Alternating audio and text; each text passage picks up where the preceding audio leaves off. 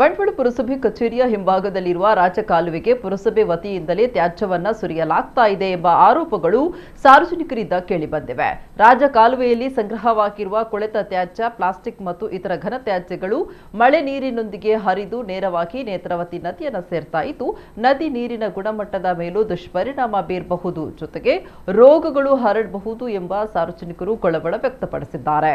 ಅಲ್ಲದೆ ತ್ಯಾಜ್ಯ ಸಂಗ್ರಹವಾಗಿರುವ ಸ್ಥಳದ ಸಮೀಪದಲ್ಲೇ ಅಂಗನವಾಡಿ ಕೇಂದ್ರ ಇದ್ದು ಎಳೆಯ ಮಕ್ಕಳಿಗೆ ತೊಂದರೆಯಾಗ್ತಾ ಇದೆ. ಮಳೆಗಾಲದಲ್ಲಿ ಸೊಳ್ಳೆಗಳ ಕಾಟ ಹೆಚ್ಚಾಗಿರೋದ್ರಿಂದ ಡೆಂಗ್ಯೂ, ಚಿಕನ್ ಗುನ್ಯಾ ಸೇರಿದಂತೆ ಸೊಳ್ಳೆಗಳಿಂದ ಹರಡುವ ವಿವಿಧ ರೋಗಗಳ ಭೀತಿ ಎದುರಾಗಿದೆ. ಇನ್ನು ಈ ಬಗ್ಗೆ ಪ್ರತಿಕ್ರಿಯಿಸಿದ ಹಿರಿಯ ಸದಸ್ಯ ಗೋವಿಂದ ಪ್ರಭು, ಈ ಸಮಸ್ಯೆ ಬಗ್ಗೆ ಈಗಾಗಲೇ ಜಿಲ್ಲಾ ಮಟ್ಟದ ಅಧಿಕಾರಿಗಳ ಗಮನಕ್ಕೆ ಮೌಖಿಕವಾಗಿ ತಂದಿರುವುದಾಗಿ ತಿಳಿಸಿದ್ದಾರೆ. ಬಂಟ್ವಾಳ ಪುರಸಭೆಯ ಮಾಜಿ ಸದಸ್ಯ ಹರಿಪ್ರಸಾದ್ ಮಾತನಾಡಿ, ಪುರಸಭೆ ಕಚೇರಿಯ ಹಿಂಭಾಗದಲ್ಲೇ ತ್ಯಾಜ್ಯ ಸಂಗ್ರಹ ಆಗಿರೋದು ವಿಷಾದನೀಯ ಅಂತ ಹೇಳಿದರು. ಇನ್ನು ಸಂಬಂಧಪಟ್ಟ ಅಧಿಕಾರಿಗಳು ತಕ್ಷಣ ಸ್ಥಳ ಪರಿಶೀಲನೆ ನಡೆಸಿ ತ್ಯಾಜ್ಯವನ್ನು ತೆರವುಗೊಳಿಸಿ ರಾಜಕಾಲುವೆಯನ್ನು ಸ್ವಚ್ಛಗೊಳಿಸಿ ಮುಂದಿನ ದಿನಗಳಲ್ಲಿ ಇಂತಹ ಘಟನೆಗಳು ಮರುಕಳಿಸದಂತೆ ಶಾಶ್ವತ ಕ್ರಮ ಕೈಗೊಳ್ಳಬೇಕು ಅಂತ ಸಾರ್ವಜನಿಕರು ಈ ಮೂಲಕ ಆಗ್ರಹಿಸಿದ್ದಾರೆ.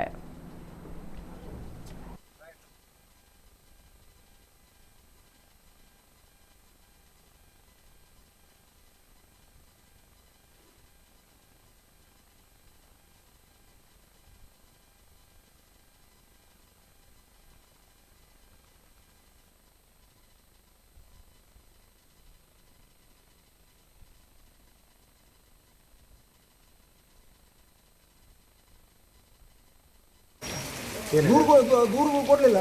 ನಮ್ಮ ಗಮನಕ್ಕೆ ಬಂದ ಕೂಡಲೇ ನಾವು ಬಂದಿದ್ದೇವೆ, ನಿಮ್ಮನ್ನೆಲ್ಲ ಕರೆದಿದ್ದೇವೆ. ಇದು ಜಿಲ್ಲಾಧಿಕಾರಿಗೆ ಕೊಟ್ಟಿದ್ದೇನೆ, PD ಅವರಿಗೆ ಮಾತಾಡಿದ್ದೇನೆ, ಮತ್ತು AW ಅವ್ರ ಹತ್ರ ಮಾತಾಡಿದ್ದೇನೆ. ಈ ಥರ ನಡೀತಾ ಉಂಟು. ಆಡಳಿತಾಧಿಕಾರಿ ಇರುವ AC ಅವರಿಗೆ ಕೂಡ ಗಮನಕ್ಕೆ ಕಳಿಸಿದ್ದೇವೆ. ಬಂಟ್ವಾಳದ ಪುರಸಭೆಯ ಕಟ್ಟಡದ ಹಿಂದುಗಡೆಯೇ ಇಷ್ಟು ಕಸ ಬೀಳ್ತಾ ಉಂಟು. ಬಂಟ್ವಾಳದ ವಾಣಿಜ್ಯ ಸಂಕೀರ್ಣ, ಪುರಸಭೆಯ ವಾಣಿಜ್ಯ ಸಂಕೀರ್ಣದ್ದು ಕೋಳಿ ಅಂಗಡಿಯ ಹಿಂದುಗಡೆ ಅದರ ವೇಸ್ಟೇಜಿನ ನೀರೆಲ್ಲ ನೇತ್ರಾವತಿ ನದಿ ನೇರವಾಗಿ ಸೇರ್ತಾ ಉಂಟು. ಇಂಥ ಎಲ್ಲ ಪ್ರಕರಣಗಳು ನಡೀತಾ ಇದ್ದರೂ ನಮ್ಮ ಆಡಳಿತಾಧಿಕಾರಿ ಇತ್ತ ಕಡೆ ಬರ್ತಾನೆ ಇಲ್ಲ. ಹಾಗೆಯೇ ಪುರಸಭೆಯ ಮುಖ್ಯಾಧಿಕಾರಿ ಇದರ ಬಗ್ಗೆ ಮಾತಾಡ್ತಾ ಇಲ್ಲ.